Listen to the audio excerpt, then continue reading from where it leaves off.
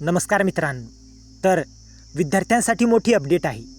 Doctor Panjabrao Deshmukh वसतिगृह निर्वाह भत्ता योजनेसाठी सरकारने तब्बल कोट्यावधींचा निधी मंजूर केला आहे. तर हा पैसा कोणाला मिळणार, किती मिळणार आणि कधी मिळणार, आजच्या व्हिडिओमध्ये आपण सगळं सविस्तर जाणून घेणार आहोत.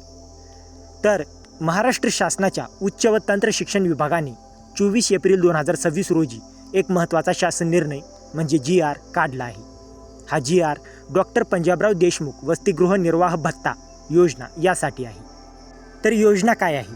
तर ही योजना अशा विद्यार्थ्यांसाठी आहे जे EBS म्हणजे आर्थिकदृष्ट्या मागास, EWS म्हणजे आर्थिकदृष्ट्या दुर्बल घटक आणि SEBC म्हणजे सामाजिक व शैक्षणिक मागास या प्रवर्गात येतात आणि शिक्षण घेत आहेत. या विद्यार्थ्यांना राहण्याचा म्हणजे हॉस्टेल खर्च भागवण्यासाठी सरकारकडून भत्ता दिला जातो.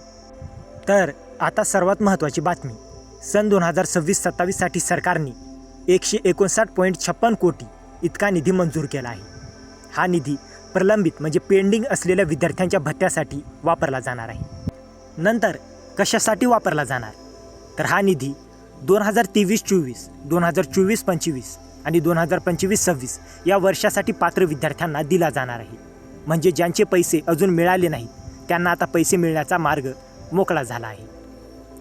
नंतर महत्त्वाच्या अटी व शर्ती, तर सरकारने काही महत्त्वाच्या अटीही घातल्या आहेत.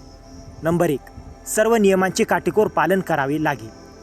नंबर 2, पैसे MahaDBT पोर्टलद्वारेच दिले जातील. नंबर 3, चुकीची किंवा खोटी माहिती दिल्यास पैसे परत घ्यावे लागतील. आणि नंबर 4, निधी लगेच वितरित करून सरकारला अहवाल द्यावा लागेल. तर विद्यार्थ्यांसाठी महत्त्वाचे काय?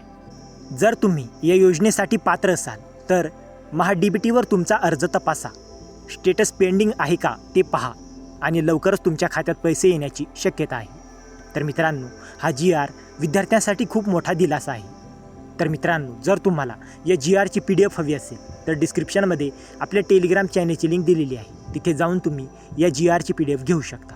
आणि हा व्हिडिओ उपयुक्त वाटला असेल तर व्हिडिओला लाईक करा, शेअर करा आणि अशाच महत्त्वाच्या GR अपडेटसाठी आपल्या चॅनलला सबस्क्राईब करा. तर मित्रांनो, भेटूया अशाच एका महत्त्वाच्या पुढच्या व्हिडिओमध्ये. जय हिंद, जय महाराष्ट्र.